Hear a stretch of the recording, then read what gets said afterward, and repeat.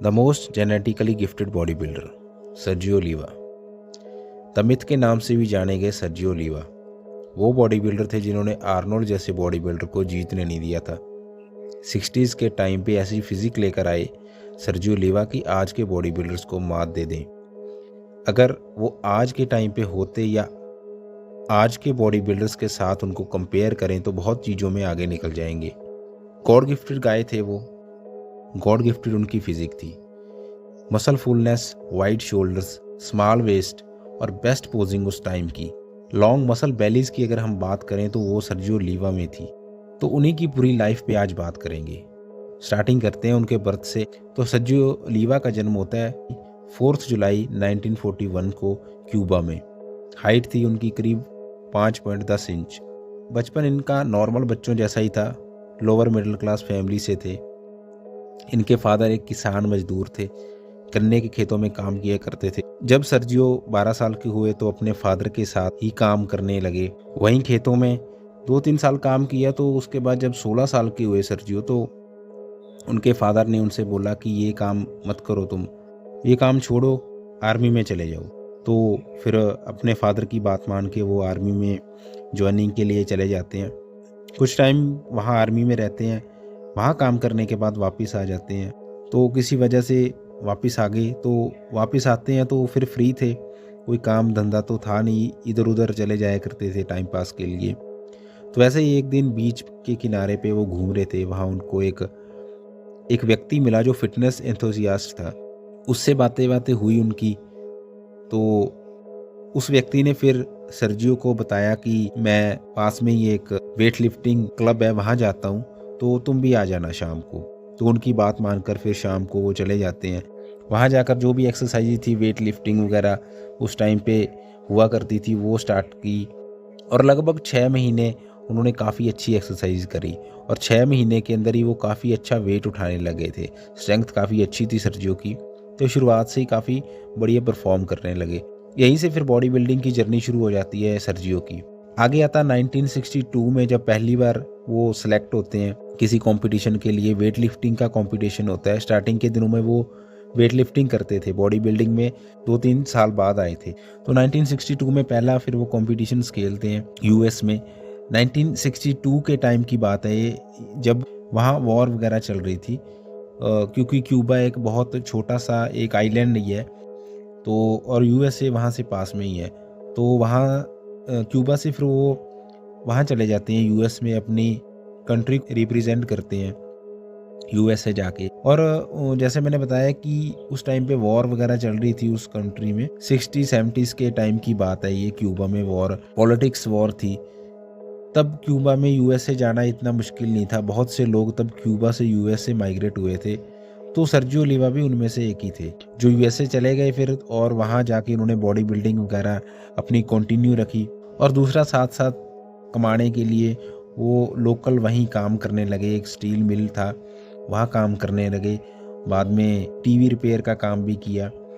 छोटे मोटे काम जो मिलते थे स्टार्टिंग के दिनों में उन्होंने किए। 10-12 घंटे काम करते, बाकी जो टाइम बचता उसमें जिम चले जाया करते थे। जिस जिम सर्जियो जाते थे तो वहाँ सबसे ज़्यादा वेट उठाने वाले वही थे, इसलिए वहाँ काफ़ी फेमस हो गए। काफ़ी कम टाइम में वो वहाँ फेमस हो गए। उसके बाद 1963 का टाइम आता है। वहीं बॉडी बिल्डिंग कंपटीशन के लिए compete करते हैं और वो कंपटीशन वो जीत जाते हैं। वो उनका first body building winning competition था। फिर कंटिन्यू कॉम्पिटिशन्स खेलते हैं और फिर 66 में वो मिस्टर मैरी का कंपटीशन खेलते हैं, जहां उनकी सेकंड प्लेसिंग आती है। लेकिन एक ट्रॉफी वो जीत जाते हैं उस time, the most muscular trophy. First वो इतने बड़े शो में इसलिए नहीं आते, जैसे मैंने बताया कि उनकी जेनेटिक्स तो अच्छी थी, लेकिन उनको अपने ऊपर और काम करना था, कंडीशनिंग पे काम करना था और उनको इसलिए एक साल और दबा के फिर मेहनत करते हैं। 1967 का टाइम आता है जहां वो IFBB ज्वाइन कर लेते हैं। ज्वाइनिंग के बाद फिर वो मिस्टर वर्ल्ड खेलते हैं, वो जीत जाते हैं। फिर मिस्टर यूनिवर्स खेलते हैं, वो भी जीत जाते हैं। और उसी साल अपना पहला मिस्टर ओलंपिया का टाइटल भी जीतते हैं और पहले सांवले मिस्टर ओलंपिया बनते हैं 67 में। और फिर लगातार 2 बार और मिस्टर ओलंपिया का टाइटल जीतते हैं 1967, 68 और 69। मतलब टोटल 3 बार वो मिस्टर ओलंपिया बनते हैं। और 69 में आर्नोल्ड भी कम्पीट कर रहे थे मिस्टर ओलंपिया में, तो उनको हरा के फर्स्ट आते हैं सर्जियो। और पूरी हिस्ट्री में सिर्फ सर्जियो ही ऐसे बॉडी बिल्डर हैं जिसने आर्नोल्ड को हराया। उसके बाद 70s का टाइम आता है, 71 तब भी कम्पीट करते हैं लेकिन जीत नहीं पाते। लेकिन उसके बाद वो कंटिन्यू कम्पीट करते रहते हैं 85 तक। पूरा बॉडी बिल्डिंग करियर उनका एक कह सकते हैं कि एक काम सा रहा, मतलब किसी से कोई जेलसी नहीं, ना शोर शराबा, बस जीत गए तो ठीक, ना जीते तो भी ठीक। तो ऐसे थे सर्जियो लीवा अपनी पूरी लाइफ में, एक काम से बॉडी बिल्डर। एक बार 1971 में ओलिवा को मना कर दिया था मिस्टर ओलंपिया में कम्पीट करने को, बैन कर दिया था IFBB वालों ने, क्योंकि मिस्टर ओलंपिया के कुछ रूल्स होते हैं जो ओलिवा ने फॉलो नहीं किए। जैसे 71 में उन्होंने एक नाबा मिस्टर यूनिवर्स खेल लिया था, जिसकी वजह से फिर मिस्टर ओलंपिया में उनको बैन कर दिया और इसी वजह से फिर वो खेल नहीं पाए। और उस टाइम 70s के टाइम में, 60-70s के टाइम में आर्नोल्ड के सबसे तगड़े वाले कॉम्पिटिटर थे सर्जियो, एक दूसरे को चैलेंज करते रहते थे। लेकिन फर्स्ट सेकंड यही दोनों आते थे।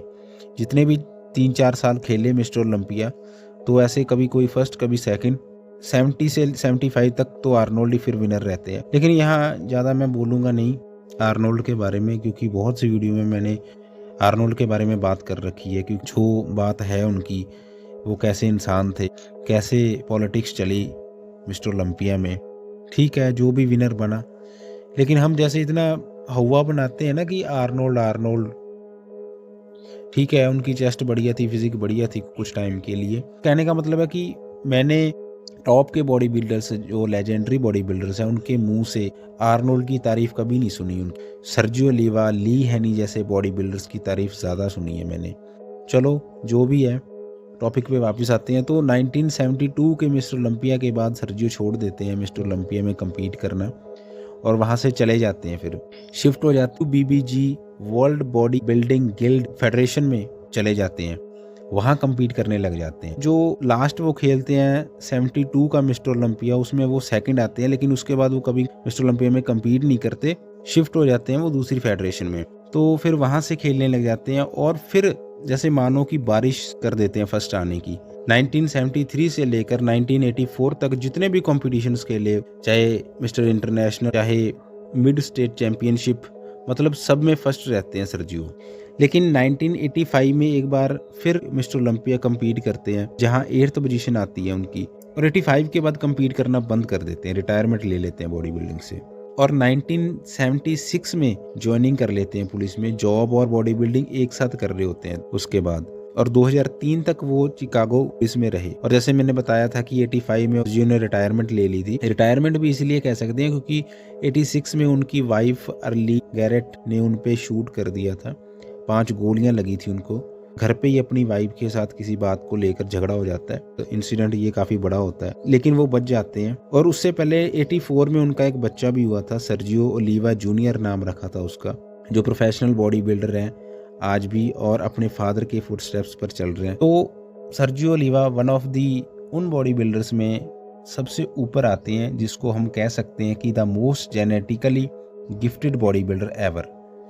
हर एक बॉडी बिल्डर की अपनी एक अलग पहचान होती है। कोई अपनी चेस्ट की बेस्ट शेप की वजह से जाना जाता है, कोई अपने बेस्ट क्वाड्स की वजह से जाना जाता है। ऐसे ही सर्जियो भी थे, अपने बेस्ट जेनेटिक्स की वजह से जाने जाते हैं। जेनेटिक्स तो रोनी कोलमैन के भी काफ़ी अच्छे माने जाते हैं, लेकिन तब के और अब के टाइम में फ़र्क है ना। 70s 80s का टाइम और रोनी कोलमैन का टाइम काफ़ी डिफरेंस आ जाता है, कई सालों का डिफरेंस आ जाता है। अब के टाइम में तो देखो बॉडी बिल्डिंग में कितने स्टीरॉयड्स आ गए, तब नाम आते थे स्टीरॉयड्स, सब डाइट और हार्ड वर्क पे डिपेंड था। तो सर्जियो ओलिवा एक लेजेंडरी बॉडी बिल्डर थे अपने टाइम के। उस टाइम में वैसा बॉडी बिल्डर जेनेटिकली गिफ्टेड कोई नहीं था, तभी उनको द मिथ के नाम से जाना जाता था। एक रहस्य ही है ये कमाल के मसल बेलीज होने, इसी वजह से फिर इतनी अच्छी फिजिक हुई उनकी। तो लास्ट 12 नवंबर 2012 71 ईयर के जब वो होते हैं, उनकी डेथ हो जाती है। सब बॉडी बिल्डर्स में से एक अलग उस टाइम के पता चलता है कि जेनेटिक्स क्या होते हैं।